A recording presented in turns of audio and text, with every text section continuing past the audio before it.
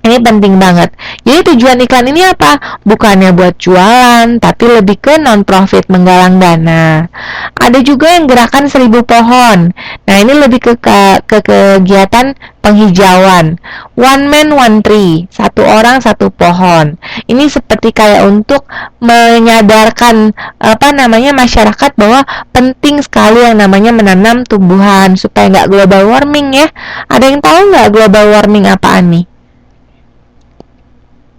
Ada yang tahu global warming apa? Ada yang bisa jawab pertanyaan saya? Global warming apa ya?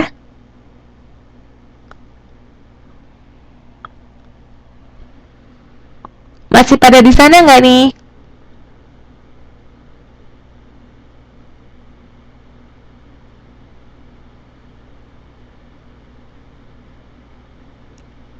Ada yang tahu global warming apa?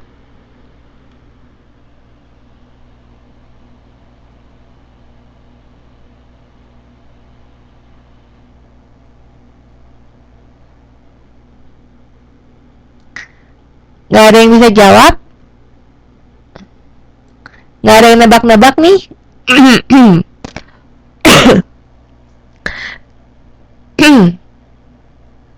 Iya, betul sekali. Pemanasan global ya. Pemanasan global tuh maksudnya apa? Yaitu tadi, zaman sekarang pohon banyak yang mati, ditebang ya kan?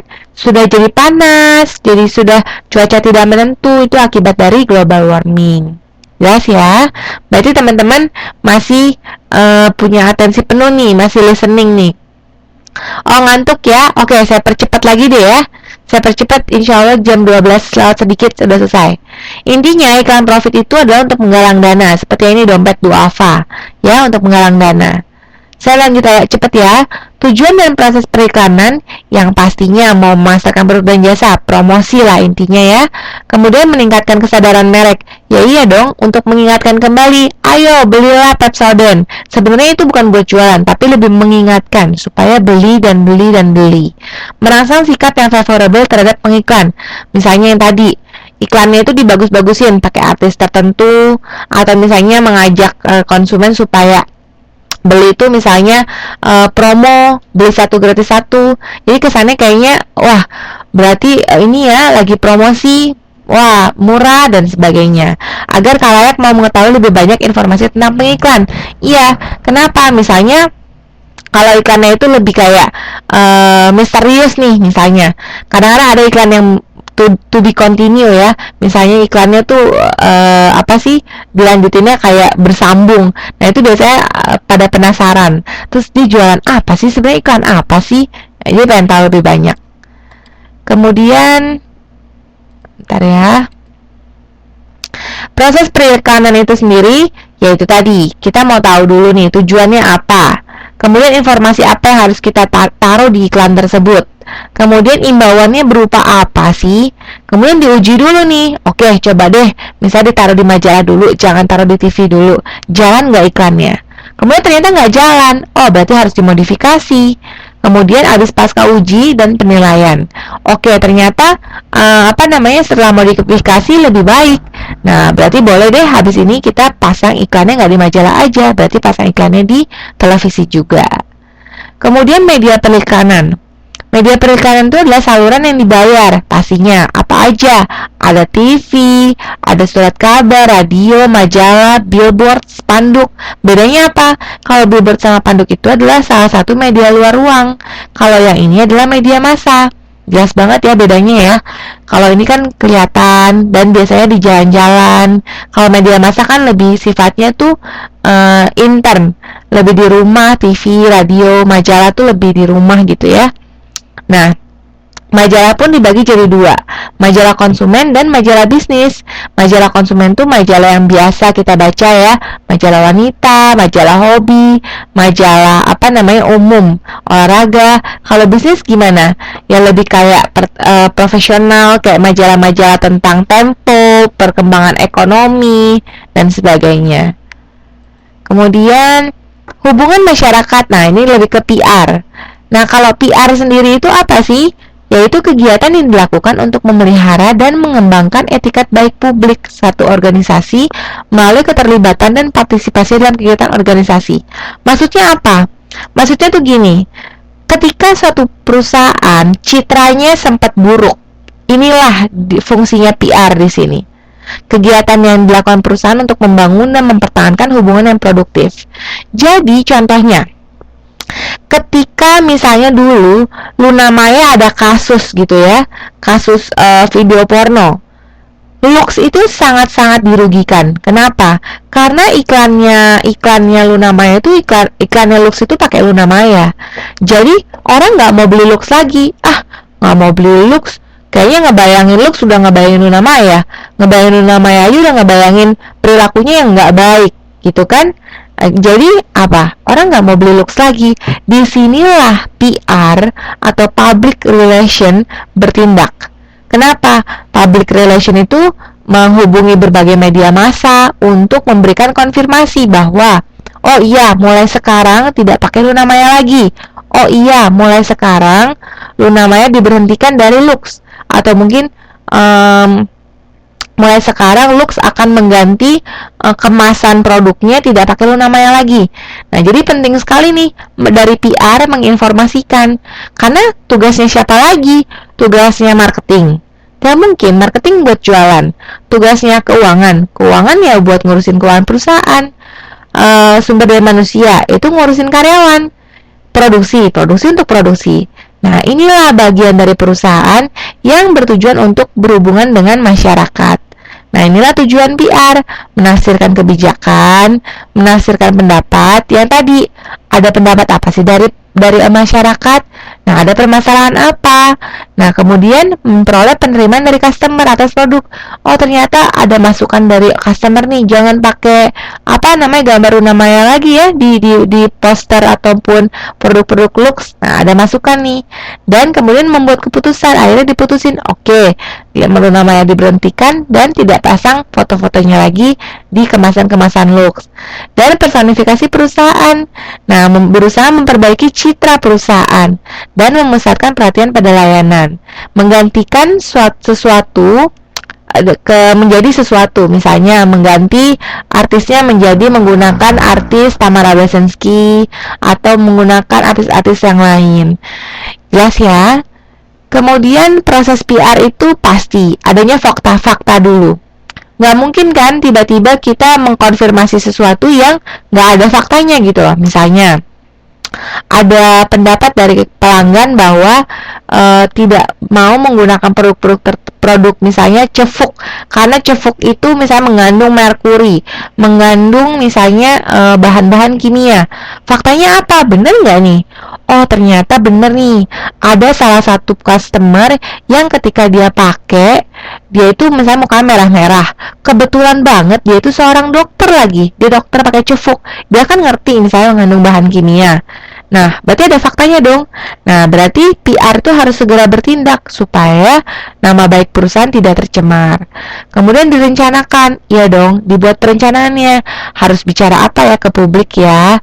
Bagaimana ya cara mengkonfirmasi kepada pelanggan-pelanggan cefuk yang lain. Nah, mengkomunikasikannya gimana caranya? Melalui media massa kah? Melalui televisi kah? Atau mengganti iklannya kah? Ini harus direncanakan dan dievaluasi. Setelah dilakukan pengkomunikasian tersebut, efektif nggak ya? Orang-orang jadi mau beli cefuk lagi nggak ya? Gitu. Jelas ya. Nah, jenis-jenis publik. Publik itu ada dua, ada publik internal dan publik eksternal.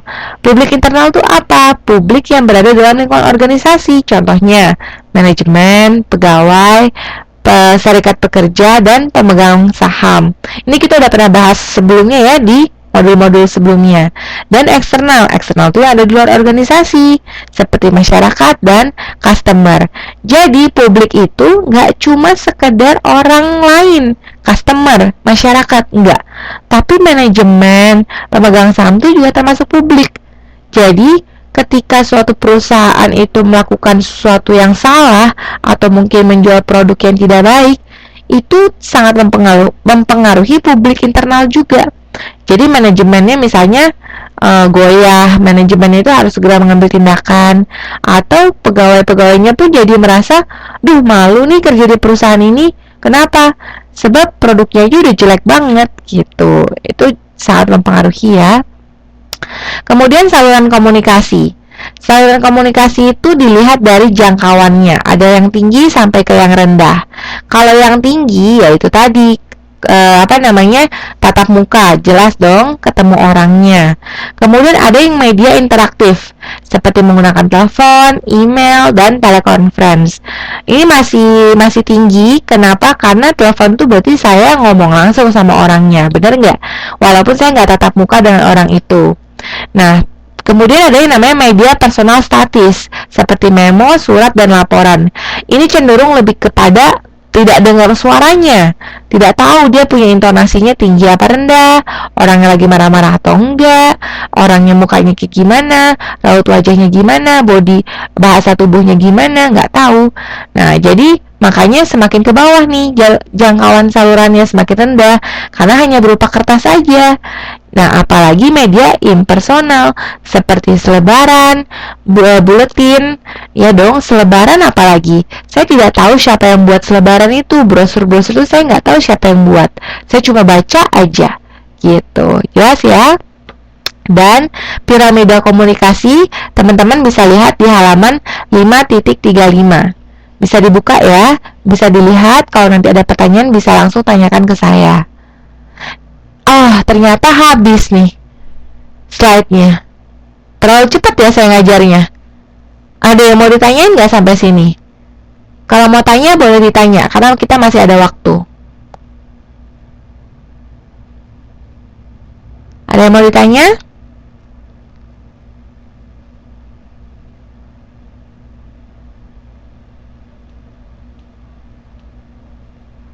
Jelas ya? Nah, kalau misalnya nggak ada yang mau ditanya, ada yang mau tanya dulu nggak nih?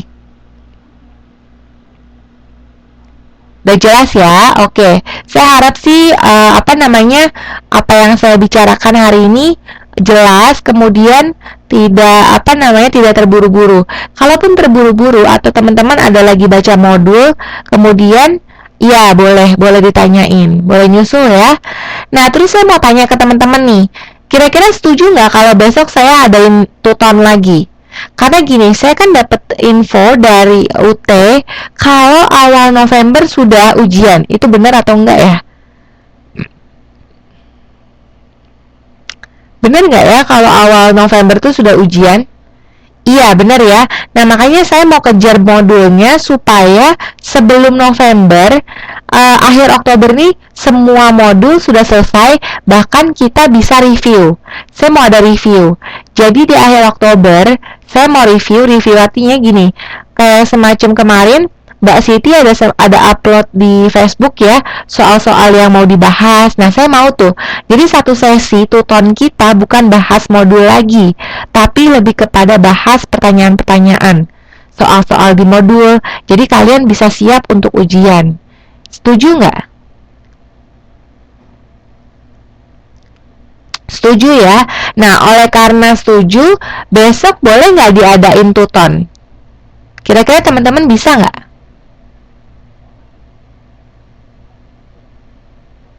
Saya hanya ingin kejar materi nih. Boleh ya? Oke, gimana nih kalau Mas Ferry oke, yang lainnya oke nggak nih yang hadir? Kalau besok diadain tuton, oke, siap ya? Mbak Dina, Mbak Yuliana, Mbak Desi, siap nggak nih?